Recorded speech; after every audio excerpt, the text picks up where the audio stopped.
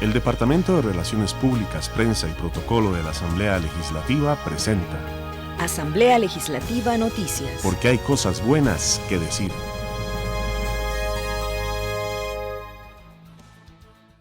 Asamblea Legislativa recibe presupuesto de la República para el 2021 por casi 11.5 billones de colones. Aprueban proyecto que exonera del IVA los servicios de la construcción. Estado podrá destruir pistas de aterrizaje clandestinas de forma expedita.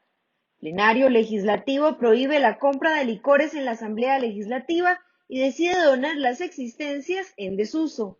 Vamos al detalle de las informaciones. El gobierno enviará entre el 15 y el 20 de septiembre un presupuesto extraordinario que contiene 106 millones de colones para poder nombrar a los comisionados de la Comisión para Promover la Competencia, Coprocom. Así lo explicaron los jerarcas de Hacienda, Comex y MEIC, ante los legisladores de la Comisión Especial que estudió el ingreso del país a la Organización para la Cooperación y Desarrollo Económicos. Para el presupuesto extraordinario que viene, y para que noticia para doña Silvia, que va a venir probablemente como entre el 15 y el 20 de septiembre, que tenemos que presentar un presupuesto extraordinario.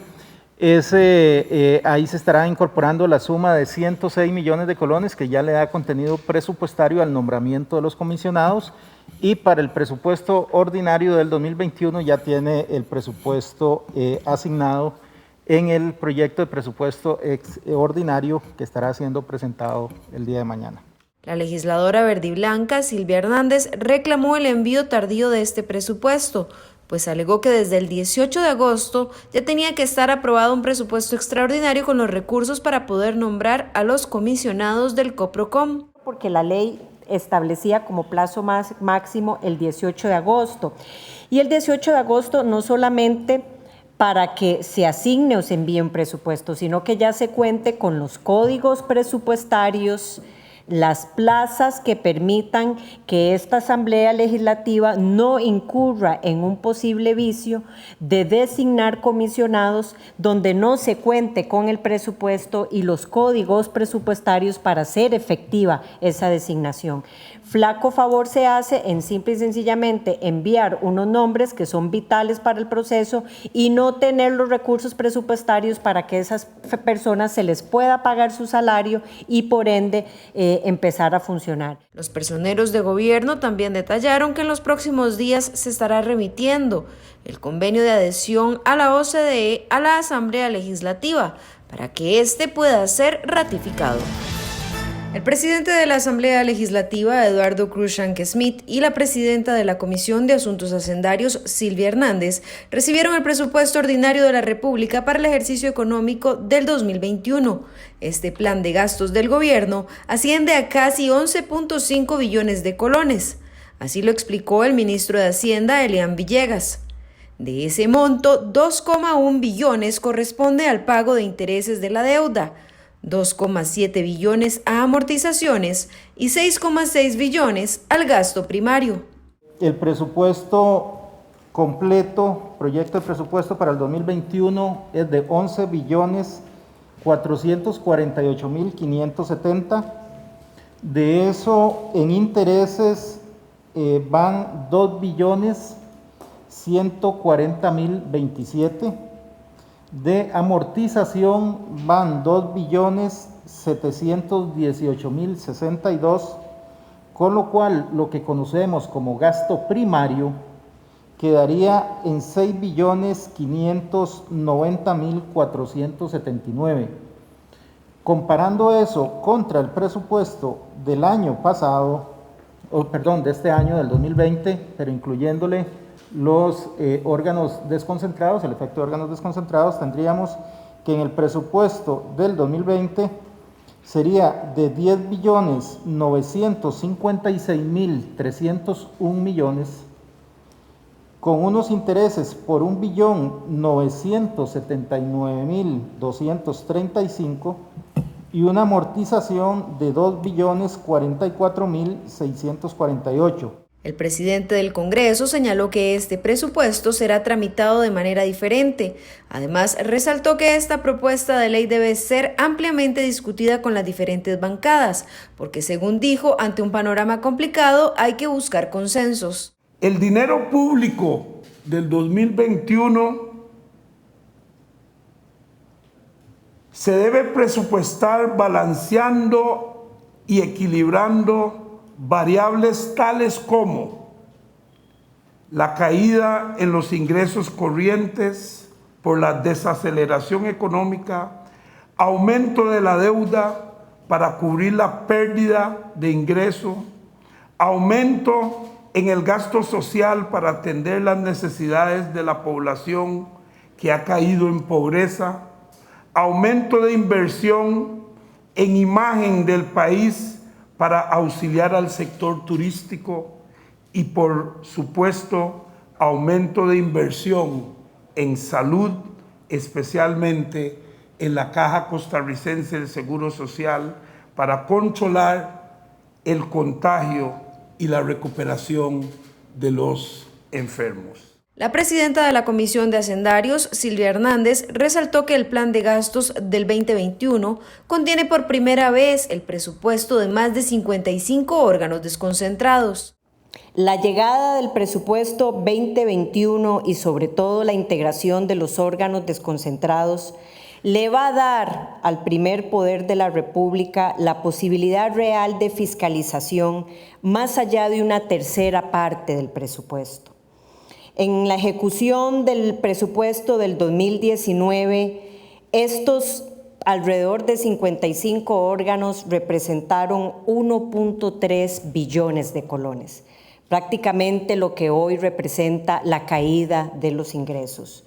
Como segundo punto, nos va a permitir ver cómo crece con estos órganos el presupuesto en el marco del rol que cumple y debe cumplir la regla fiscal. El diputado Carlos Avendaño de Restauración Nacional señaló que el país está en crisis y no se pueden permitir gastos innecesarios como publicidad o viajes al exterior en este presupuesto presentado por el Poder Ejecutivo. Restauración Nacional va a ser muy cuidadoso de este presupuesto porque es un presupuesto en unas condiciones muy diferentes. El país está en crisis, por lo tanto no se pueden permitir gastos innecesarios como consultorías, como viajes, como compra de licores, etcétera, o como por ejemplo el gasto en publicidad de 800 millones de colones de acueductos y alcantarillados. El artículo 178 de la Constitución Política establece que el trámite del presupuesto ordinario durará en la Comisión de Asuntos Hacendarios cerca de 2 meses, para que el 1 de noviembre o en la sesión inmediata siguiente se comience a discutir en el plenario legislativo. Este plan de gastos deberá estar aprobado definitivamente antes del 30 de noviembre de este año. El plenario legislativo le dio trámite de primer debate a la iniciativa 21.637, reforma al transitorio quinto y adición de un transitorio quinto bis a la ley 9635 de fortalecimiento de las finanzas públicas. Este proyecto es para el impulso de la reactivación económica. La iniciativa establece que a partir de la aprobación del proyecto y hasta el 31 de agosto del 2021, el sector construcción estará exonerado del pago del impuesto al valor agregado en un 100%. A partir del 1 de septiembre del 2021 y hasta el 31 de agosto del 2022, este sector deberá pagar un 4% del IVA. Y desde el 1 de septiembre del 2022 y hasta el 31 de agosto del 2023, este impuesto será del 8%. Luego de esta fecha, el cobro del IVA para la construcción volverá a ser del 13%. Por medio de este veto, lo que estamos procurando es corregir nada más el RIGE a partir del momento en que se publique la ley. Se mantiene el primer año con una exoneración del 0%, el siguiente año pasaríamos al 4%, el siguiente año pasaríamos al 8% y finalmente regresamos al 13% como cualquier otro sector productivo de este país.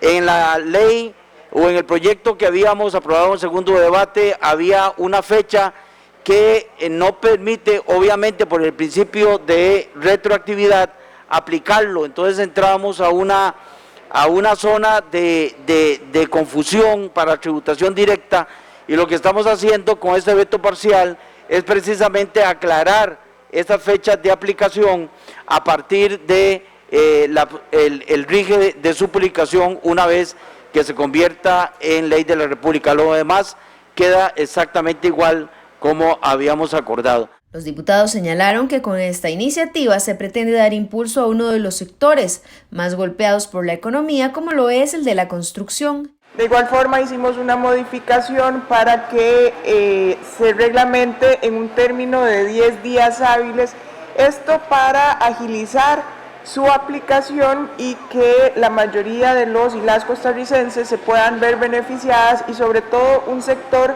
que evidentemente, no me cansaré de decir, es uno de los dinamizadores de la economía porque genera un ciclo virtuoso a partir del empleo directo e indirecto que genera. Los legisladores también aprobaron en su trámite de primer debate el expediente 21.641, modificación de los artículos 155 y 156 de la Ley de Tránsito por Vías Públicas y Seguridad Vial.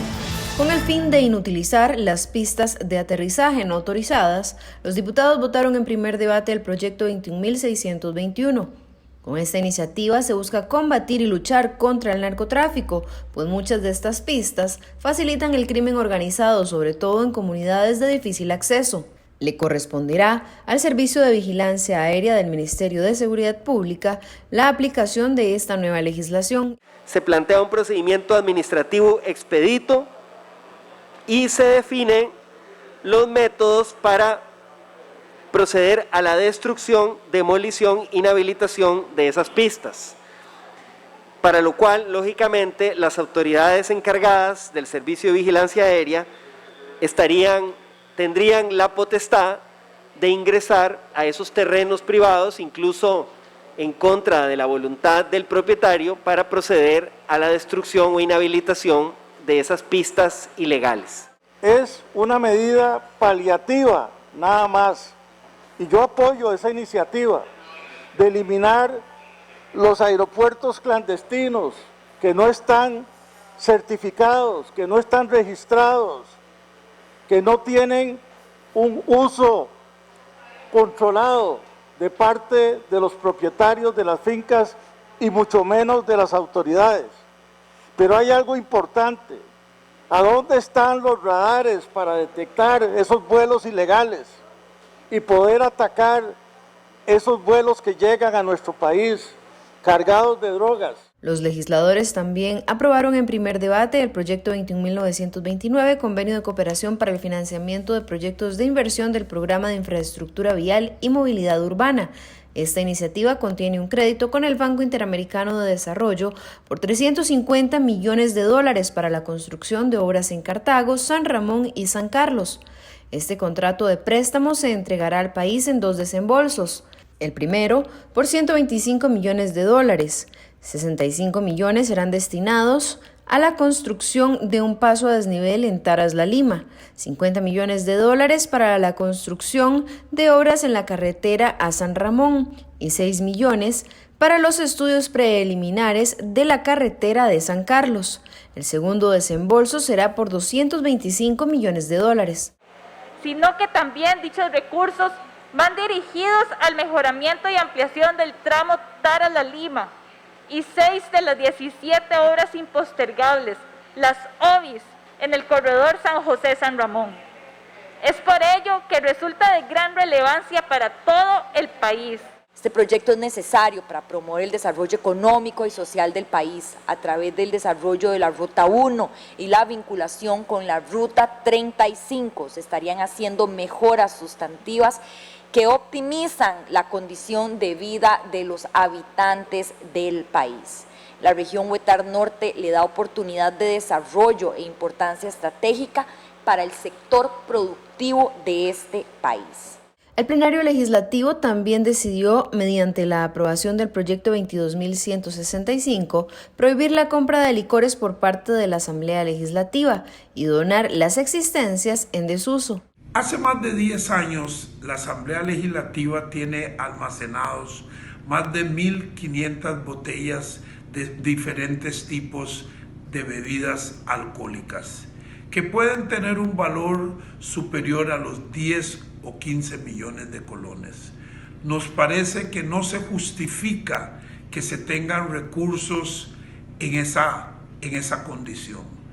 Hemos presentado un proyecto de ley para donarle esas botellas de licor a la Fundación Chepe Cebaña para que puedan rematarlos y del producto del remate puedan mejorar la condición de vida de las personas en condición de calle. Además, los legisladores aprobaron en segundo debate el expediente 21.671, ley que autoriza al Instituto Nacional de Seguros a realizar una donación al Consejo Nacional de la Producción para la construcción del Centro de Valor Agregado de la región Huetar Norte. El presidente de la Corte Suprema de Justicia, Fernando Cruz, aseguró que el proyecto 21.336, Ley Marco de Empleo Público, violenta el artículo 9 de la Constitución Política. Según alegó el jerarca, hay un principio de reserva de ley que está previsto en la Carta Magna, pero que es ignorado por la propuesta. ¿Tiene usted algún temor, señor presidente de la Corte, de que si entrara en vigencia esta ley, afectaría en alguna medida la forma en que los jueces cumplen su función al establecer igualdades con otros niveles del sector público costarricense? Que la independencia del Poder Judicial no es solo el tema de las decisiones, es el tema de cómo administra dentro del Poder Judicial. Y creo que por aquí tengo la referencia de ese fallo, de tal manera que no es decir, no, es que esto no incide en la decisión que hagan los jueces. No, es que la independencia judicial es más que eso.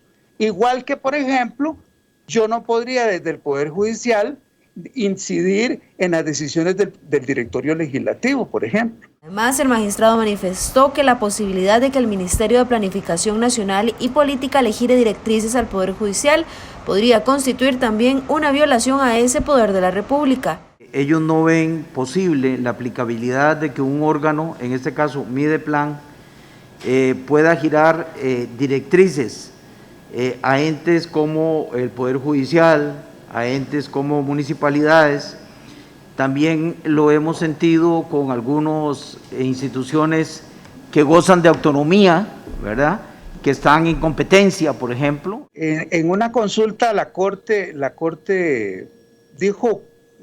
expresó en un informe de don Jorge Olazo, expresó sus objeciones y requeriría los 38 votos, porque incide en la organización y funcionamiento del Poder Judicial. Es que a mí me parece que el 167 tiene dos dimensiones.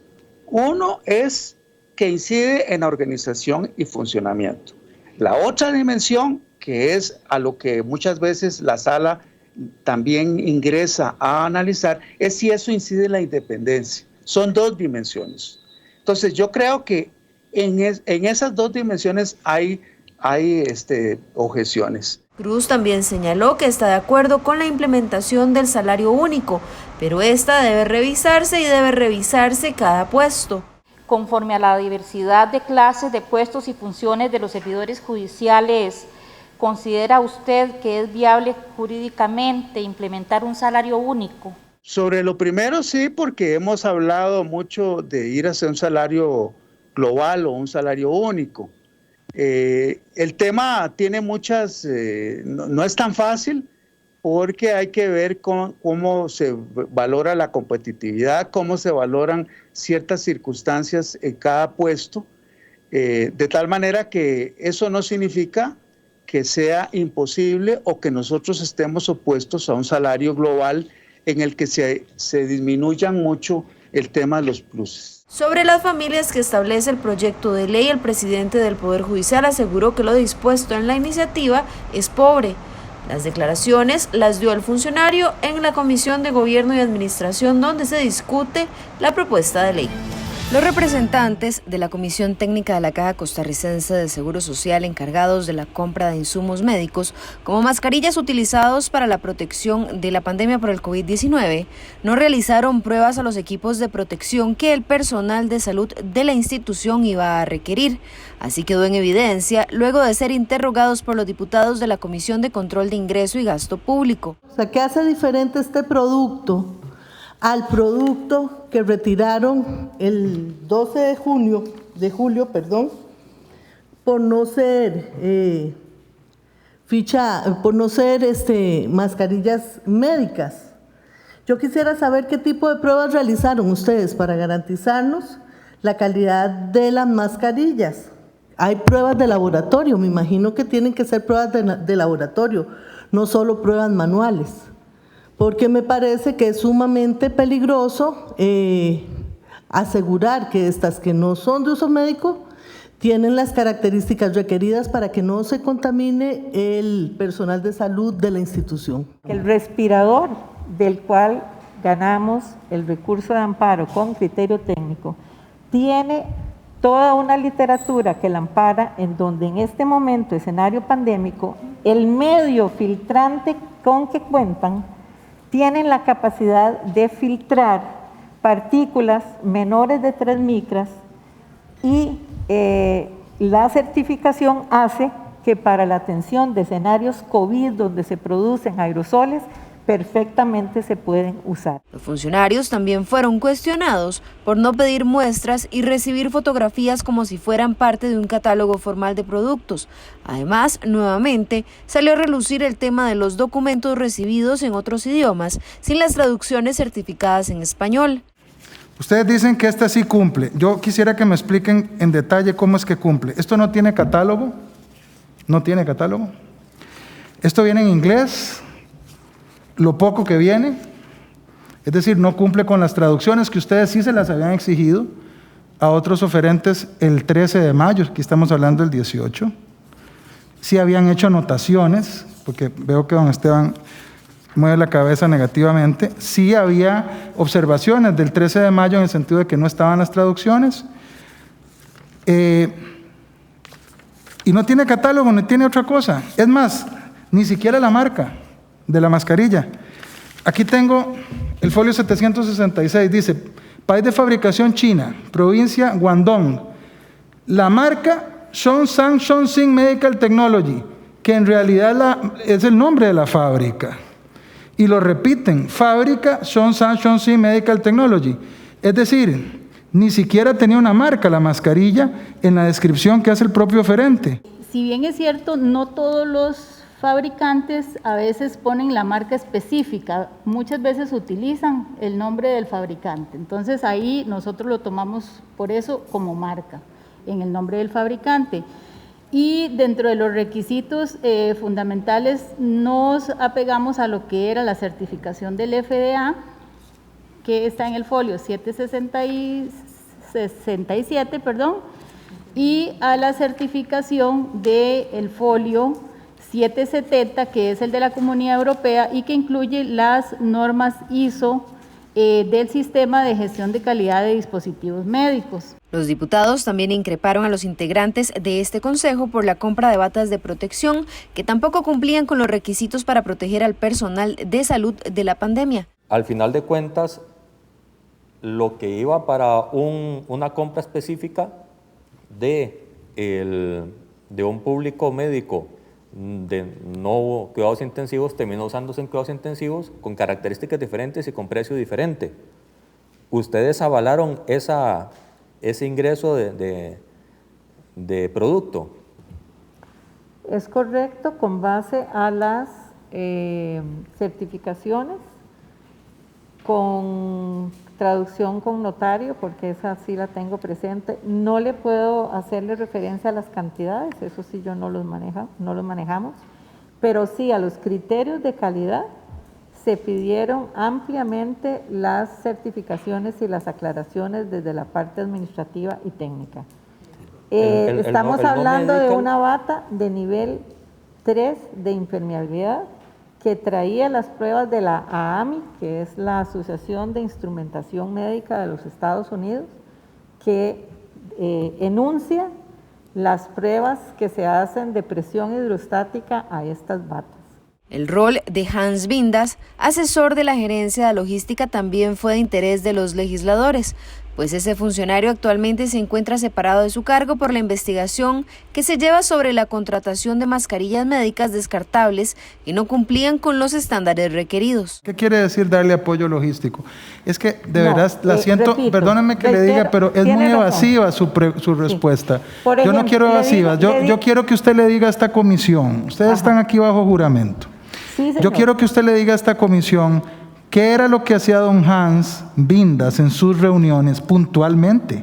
Le he preguntado que si él tomaba la palabra, que si él hablaba, si permanecía mudo toda la sesión. Yo quiero que usted me diga, porque le quiero decir una cosa y además porque es importante que lo escuche la comisión y que lo escuchen quienes nos estén viendo. Sí, señor. Las actas de ustedes no dicen nada. Básicamente dicen la hora, el día y quiénes estaban presentes. Y van adjuntando documentos. No hay un seguimiento con respecto a cuál fue el análisis de las ofertas o de las proformas. No hay un apunte de las manifestaciones. No se sabe quién dijo una cosa o no dijo la otra. En realidad es muy lacónica el acta. Entonces yo le estoy preguntando a usted, y ya no le vuelvo a preguntar más al respecto. Vamos a ver si sus compañeros pueden contestar la pregunta. ¿Qué hacía don Hans Vindas durante esas reuniones? Digo que el señor Hans Vindas, como funcionario de la gerencia de logística, yo me encontraba sesionando con mis compañeros.